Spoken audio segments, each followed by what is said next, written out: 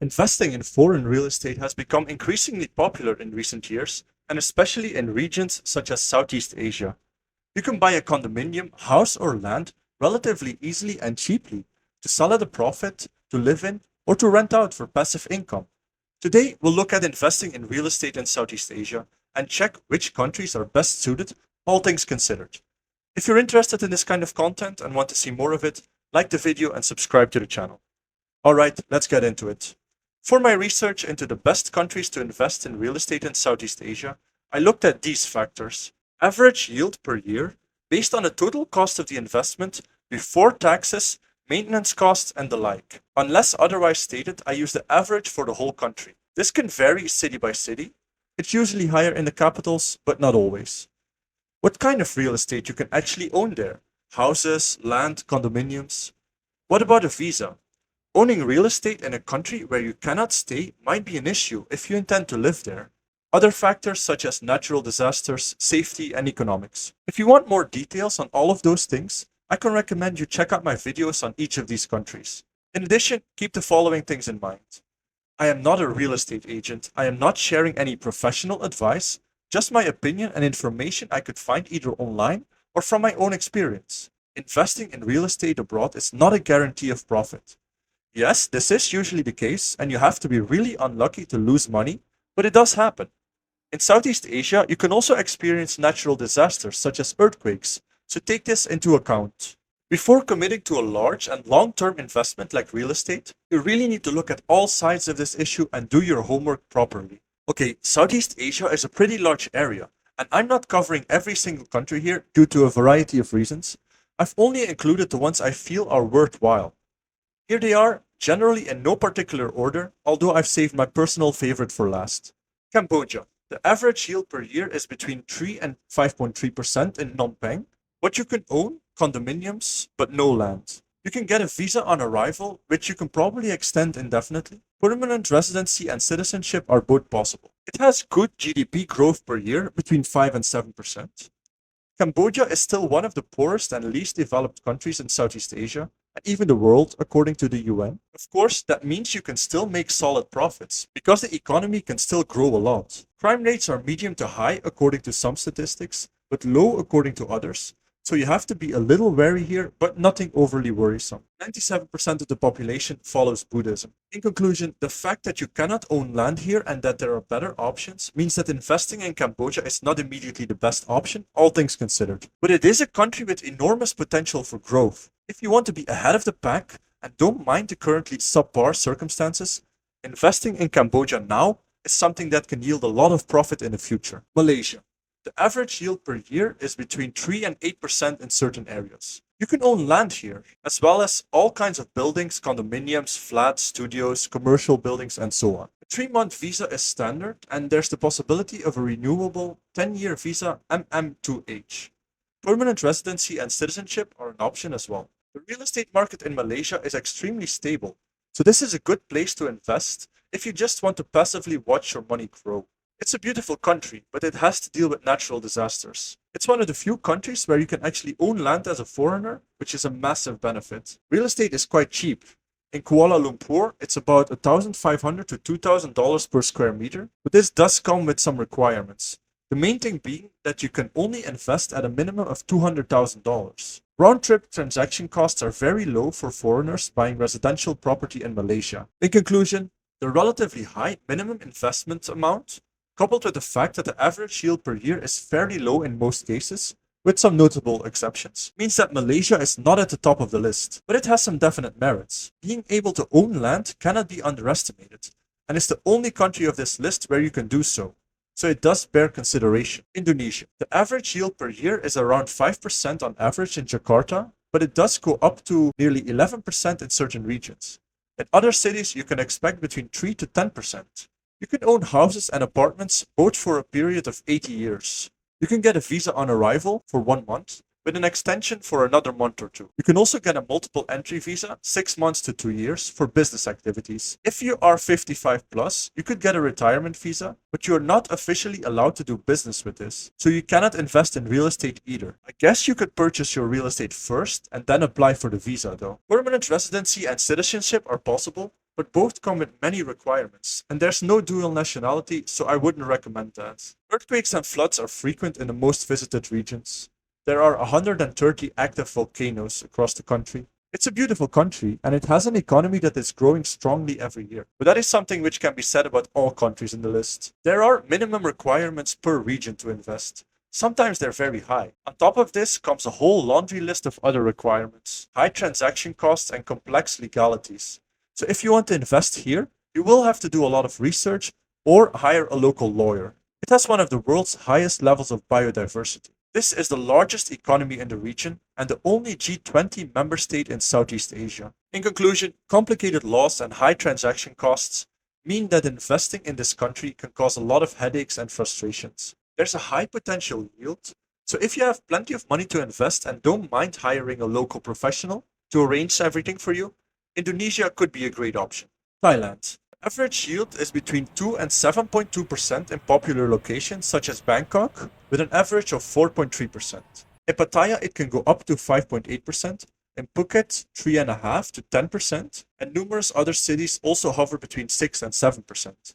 You can own condominiums and luxury homes, but no land. A tourism visa is easy to get. You can stay up to a month and extension is possible. Thailand used to have a pretty relaxed visa system, but for the last few years some unwelcome changes have popped up. A non-immigrant visa is required to stay there long term, but it isn't easy to get unless you are over 50 years old. There's the possibility of a permanent residency permit, up to 100 people per country per year. There are many requirements, so this is only if you really want to live there. Other options are an elite visa, which is expensive, and a retirement visa for which you must be at least 50 years old. The best option if you have money is an investment visa, which allows you to stay in the country permanently and you just have to renew it every year. But for this, you will have to invest about $280,000 in the country. Thailand is a beautiful country. There's friendly people and a cheap lifestyle. This is one of the most visited countries in the world. Bangkok was the most visited city in 2019, so you can usually find tenants for your property. The taxes on your property and income from it are quite low. For single men, this is truly a paradise. Sun, sea, beach, and beautiful women who are interested in foreigners. As I said in my analysis of the country, Thailand has the potential to be really awesome. It just has some slight disadvantages holding it back. If the annual yields were slightly higher, Thailand would be catapulted to number one on this list. It is a very interesting and beautiful country, and it is on my radar for the future, both to live in and to invest in. Vietnam. The average yield per year is between 2 and 5.6% in Ho Chi Minh City, and between 2.4 and 11.4% in Hanoi. Other cities like Da Nang have similar numbers, with an average of around 4%. You can own condominiums and houses, but no land. In theory, no one can own land in Vietnam. Everything is communally owned and the government is the manager.